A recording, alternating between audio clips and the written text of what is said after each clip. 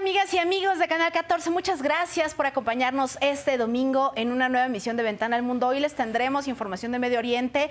Lamentablemente fue localizado el cuerpo del mexicano Orión Hernández, esto en el marco de los 7 meses de conflicto entre Israel y Hamás en la Franja de Gaza. También al respecto les tendremos información de que la Corte Internacional de Justicia emite nuevas medidas para que Israel frene el operativo en Rafah. También ordena la Corte Penal Internacional diversos arrestos en el marco de este conflicto internacional, y les vamos a tener también información sobre lo que pasa por la denuncia de México contra Ecuador en la Corte Internacional de Justicia, cómo va el asunto hasta el momento y que se reconoce que no se pueden violar las sedes diplomáticas, esto por el asalto que se realizó el 5 de abril a nuestra embajada en Quito. También les vamos a tener qué pasa con el caso de Julian Assange, quien finalmente evita por el momento ser extraditado a Estados Unidos, donde podría enfrentar cerca de 170 años de prisión. Estos son los temas centrales, pero vámonos con lo que ha ocurrido en otros paralelos de la información.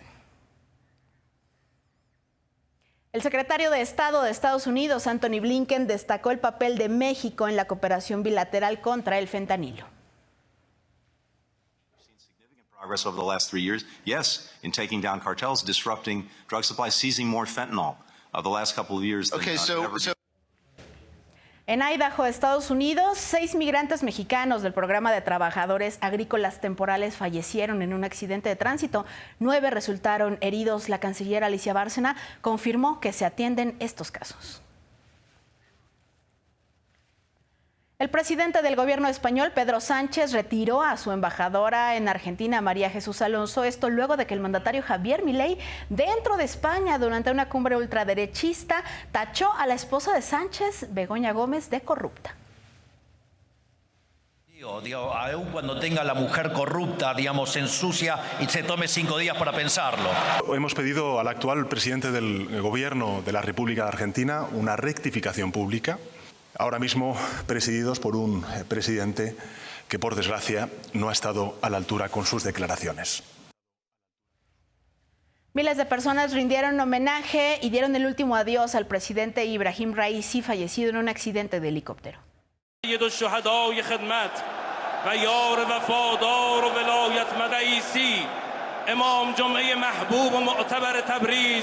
وزیر امور خارجه مجاهد و فعال و استاندار انقلابی و متدین آذربایجان شرقی الصلاة الصلاة الصلاة الله أكبر الله. El ayatolá Ali Jamenei encabezó las ceremonias a las que acudieron representantes de cerca de 50 países. Y Rusia admitió por primera vez que el Estado Islámico del Jorasán de Afganistán organizó el atentado en el Crocus City Hall en Moscú en marzo pasado, que dejó 144 muertos.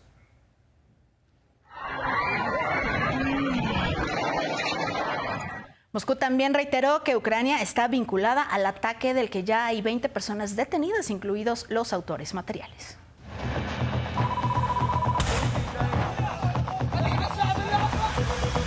ולהשיב מלחמה שער.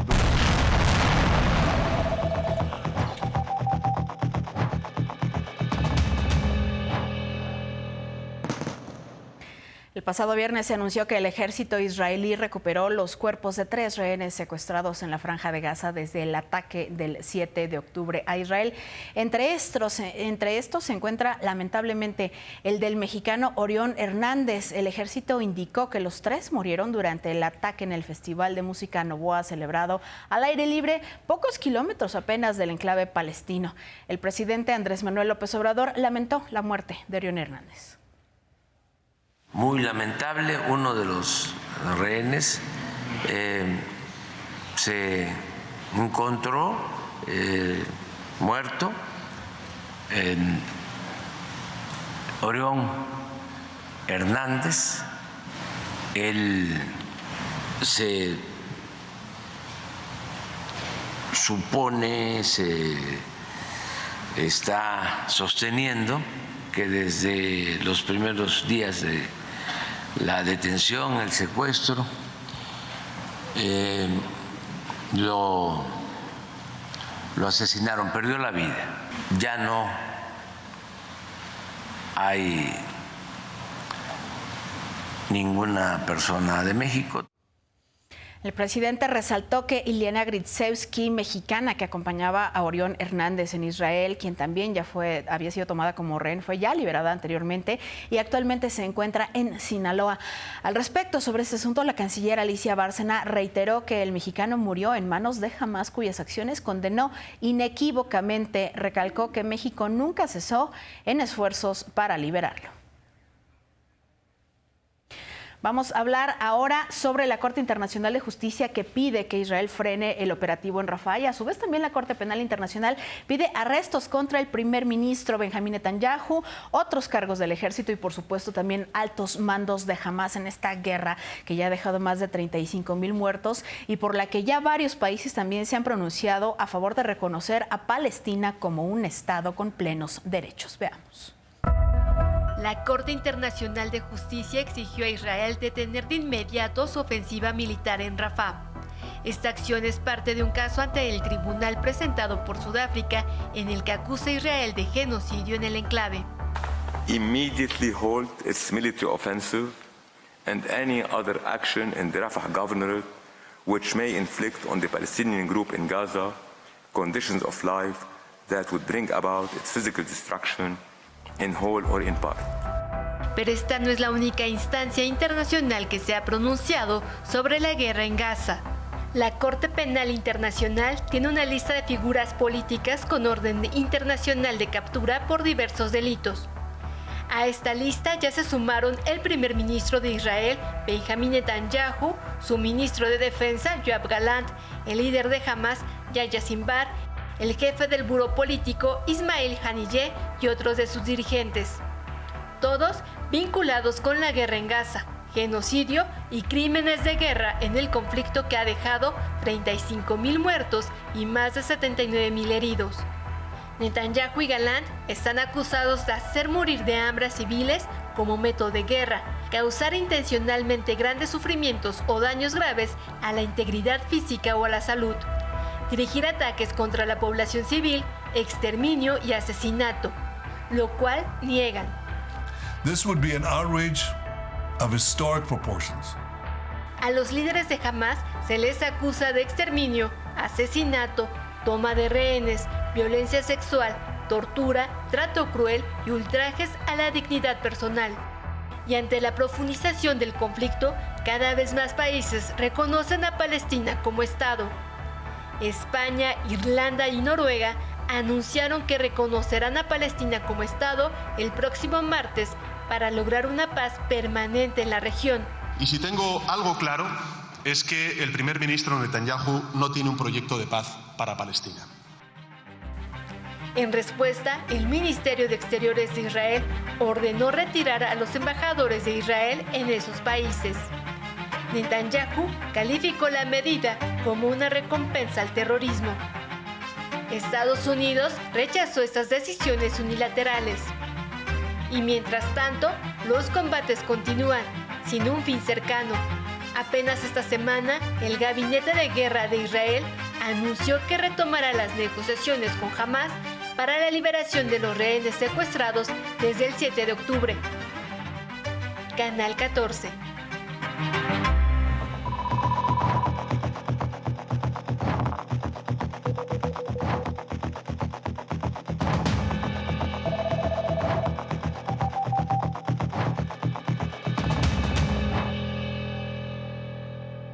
Damos seguimiento a la denuncia que interpuso México contra Ecuador ante la Corte Internacional de Justicia por allanar nuestra embajada en Quito el 5 de abril. Esta semana, el máximo tribunal de Naciones Unidas reconoció que no se pueden violar las sedes diplomáticas, esto en el marco de diversas convenciones internacionales como la Convención de Viena. Y vamos a ver al respecto qué ha ocurrido esta semana sobre ese tema. La Corte Internacional de Justicia reafirmó la inviolabilidad de las misiones diplomáticas, amparado por el derecho internacional en la Convención de Viena. Esto en el marco de la demanda que interpuso México contra Ecuador por la irrupción en nuestra embajada en Quito, para sustraer al exvicepresidente Jorge Glass. El gobierno de México se siente muy satisfecho por la orden emitida hoy por la Corte Internacional de Justicia. Primero, y lo más importante, es que la Corte reconoce, recuerda, y hace un llamado a reconocer que la inviolabilidad de una misión diplomática es absoluta. La Cancillería mexicana se dijo muy satisfecha por la decisión de la Corte y detalló que Ecuador está obligado a conceder a México la plena protección y seguridad de las instalaciones, bienes y archivos de la misión diplomática mexicana en Quito para prevenir cualquier forma de intrusión, permitir desalojar las instalaciones del local diplomático y las residencias privadas de sus agentes diplomáticos, abstenerse de cualquier acción que pueda agravar o ampliar la disputa ante la Corte y en su lugar buscar una solución pacífica de controversias. En esta primera deliberación, el tribunal determinó no otorgar las medidas cautelares que solicitaba México, ya que consideró que no existe un riesgo real e inminente de daños irreparables. El presidente Andrés Manuel López Obrador afirmó que este es apenas un primer paso en un largo proceso en el que México insistirá en la defensa de su democracia y la no vulneración de sus sedes en el exterior. Nosotros no estamos buscando el diálogo con quien no respetó la soberanía de nuestro país. Tampoco está contemplado para nosotros mantener relaciones si no ofrecen una disculpa pública primero. Segundo, que respeten el derecho de asilo. Tercero, que se comprometan a la no repetición. Y cuarto, que es lo que estamos planteando en la Corte, que cualquier gobierno que actúe como lo hicieron en Ecuador, se le expulse de Naciones Unidas. Paralelamente, el gobierno de México trabaja para que un tercer país haga la mediación a nivel diplomático con Ecuador, para que vele por los bienes de México y también se permita la salida del exvicepresidente Jorge Glass, actualmente en prisión. Marisol Hernández, Canal 14.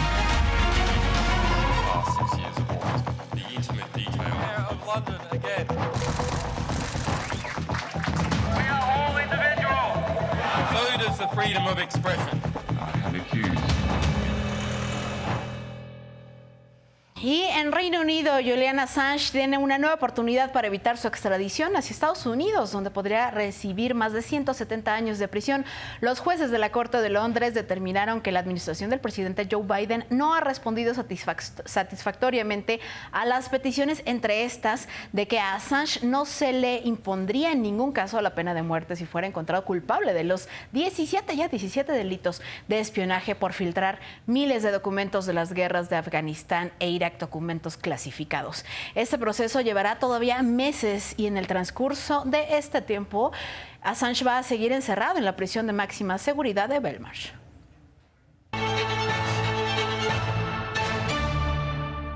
Hay mucho que analizar esta noche y para eso está con nosotros acá en el estudio José Joel Peña Llanes, analista internacional de la UNAM. Muchísimas gracias, Joel, por estar acá con nosotros en Metal al Mundo. Gracias por la invitación, Clau. Bueno, pues empecemos por Medio Oriente. ¿Qué te parece? La Corte Internacional de Justicia emite nuevas medidas en este marco de la denuncia que hace Sudáfrica por genocidio y pide que cese las actividades de manera inmediata en Rafah.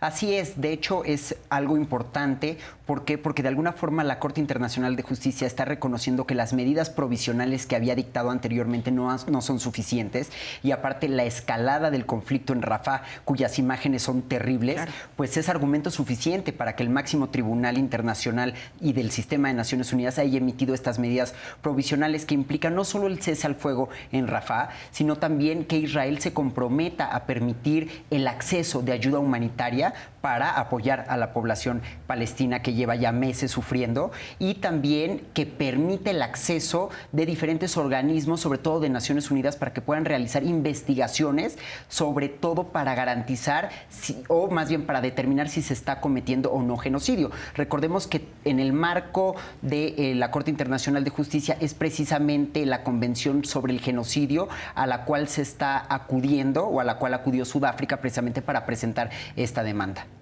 Y ahora sobre el tema también, recordando el asunto de la Corte Penal Internacional, que bueno, ya sabemos que en esta lista de personas pues no con tan grato pasado están dentro de las personas que se requieren por la justicia internacional el presidente Vladimir Putin, el ex dictador de Sudán, Omar Hassan al-Bashir, Muammar Gaddafi de Libia, que ya finalmente murió, y ahora se suma el primer ministro de Israel, parte también de sus cabecillas dentro del ejército y líderes de Hamas. ¿Qué impacto tiene que la Corte Penal Internacional pida estas detenciones en el marco de todo lo que se les está acusando de genocidio, violaciones sexuales, etcétera, en este conflicto internacional y las posibilidades reales finalmente de que lleguen a enfrentar la justicia? Mira, Clau, yo creo que independientemente de que Israel cumpla o no con estas órdenes de arresto, que hay que aclarar, apenas fueron solicitadas por el fiscal. Es decir, la Corte Penal Internacional va a tener que analizar todas las pruebas que presentó el fiscal y un grupo de abogadas y abogados que le apoyaron en este proceso y determinarán en su momento si efectivamente estas personas que tú mencionas son culpables de los delitos que se les pretende imputar. En ese sentido, y de ser declaradas culpables, pues ya no habría duda de que efectivamente se están cometiendo actos graves, crímenes contra la humanidad, crímenes de agresión, crímenes de guerra, por los cuales están siendo juzgadas, y sería perfectamente compatible con aquello que está determinando la Corte Internacional de Justicia, que recordemos son dos tribunales diferentes. Uno juzga a estados, que es la Corte Internacional de Justicia, y otro, como lo acabas de mencionar, juzga a personas. En ese sentido, tendremos que ver qué es lo que dictaminan las juezas y los jueces de la Corte Penal Internacional, porque de ser así, ¿qué pasaría? Algo similar con lo que mencionabas de Vladimir Putin. Todos aquellos países que han ratificado el estatuto de la Corte Penal Internacional, que hasta la fecha son 124, tendrían la obligación de arrestar a estas personas en caso de que llegaran a su territorio. Pero también, mientras estas personas no salgan de su territorio, que por cierto son estados que no han reconocido la competencia contenciosa de la Corte Penal Internacional, pues no tendrían ningún temor a ser arrestadas. De acuerdo. Y ahora, si te parece, vámonos al tema de México contra Ecuador. La Corte Internacional de Justicia finalmente, dentro de este marco de las medidas que da este fin de semana, reconoce la inviolabilidad de las sedes diplomáticas, que es lo que México finalmente estaba pidiendo. Y obviamente esto también es vinculante. Y a la par también no emite medidas cautelares, las que estaba solicitando México, pero recordemos que esto apenas es el inicio de un largo juicio. Así es. De hecho, hay que tener muy en claro que lo que acaba de dictaminar la Corte Internacional de Justicia solamente es una primera etapa. ¿Sí? ¿Por qué? Porque el proceso contencioso, es decir, el fondo del asunto va a continuar. Aquí lo único que hizo la Corte fue decir que la situación no es tan grave como para dictar medidas provisionales o medidas cautelares que fueron solicitadas por México, entre ellas que Ecuador se comprometiera a garantizar la seguridad de la embajada en Quito y de todo lo que hay dentro. Pero al final de cuentas, si nosotros recordamos las audiencias que se celebraron el 30 de abril y el 1 de mayo, Ecuador ya en sus alegatos se comprometió a garantizar la protección del inmueble y de todo lo que hay dentro, y lo que hace la Corte Internacional de Justicia es decir, esto que Ecuador pronunció es vinculante, por lo tanto ya no es necesario emitir medidas provisionales, y ahora lo que falta es que la Corte se pronuncie sobre el fondo del asunto, que es determinar si Ecuador efectivamente violó el derecho internacional por haber entrado a la embajada de manera violenta y sobre todo por haber puesto en peligro al personal diplomático. Pero esto va a tardar meses o incluso años. De acuerdo. Y ahora, si te parece, ya que estamos acá, podemos analizar un poquito también el tema de Julian Assange. Está pendiente todavía una última oportunidad para evitar que sea extraditado a Estados Unidos. ¿En qué consiste esta jugada que está haciendo su equipo legal y qué posibilidades hay de que finalmente no llegue a enfrentar la justicia, que sabemos que pues prácticamente es una pena de muerte para él? Claro que sí. De hecho, Julian Assange está condenado quiere ser juzgado en Estados Unidos por 18 actos que están tipificados en la legislación estadounidense que implicarían más de 175 años de prisión. En ese sentido, lo que están tratando de hacer es evitar que Assange llegue a Estados Unidos, porque obviamente se tendría que someter a la jurisdicción de ese país. El Tribunal Superior del Reino Unido le acaba de conceder la oportunidad de que apele la orden de extradición extradición que impone Estados Unidos, y ahora su equipo tendrá que preparar todos los alegatos. Hay dos opciones. En caso de que Assange resulte, digamos, vencedor en ese sentido, lo más seguro es que Estados Unidos presente su propio alegato en contra de ese fallo, y esto alargaría el proceso. En caso de que Assange perdiera, es decir, que los argumentos presentados por su equipo no fueran lo suficientes para que se le otorgara esta oportunidad de apelar la orden de extradición, podría ser trasladado a Estados Unidos para que cumpla el juicio y su sentencia en ese territorio. Pero también es muy importante recordar que Estados Unidos, como lo ha afirmado el presidente Biden hace algunas semanas, está valorando una solicitud que hizo Australia, de donde es originario Julian Assange, para que desestime el caso y le permitan regresar a su territorio de nacimiento. Pues veremos en qué derivan estos asuntos. Muchísimas gracias, Joel, por este gran análisis que nos brindaste esta noche. Y gracias, por supuesto, a ustedes por haber estado con nosotras y con nosotros. Seguimos recibiendo sus comentarios para hacer de este un programa mejor. Muchísimas gracias. Buenas noches.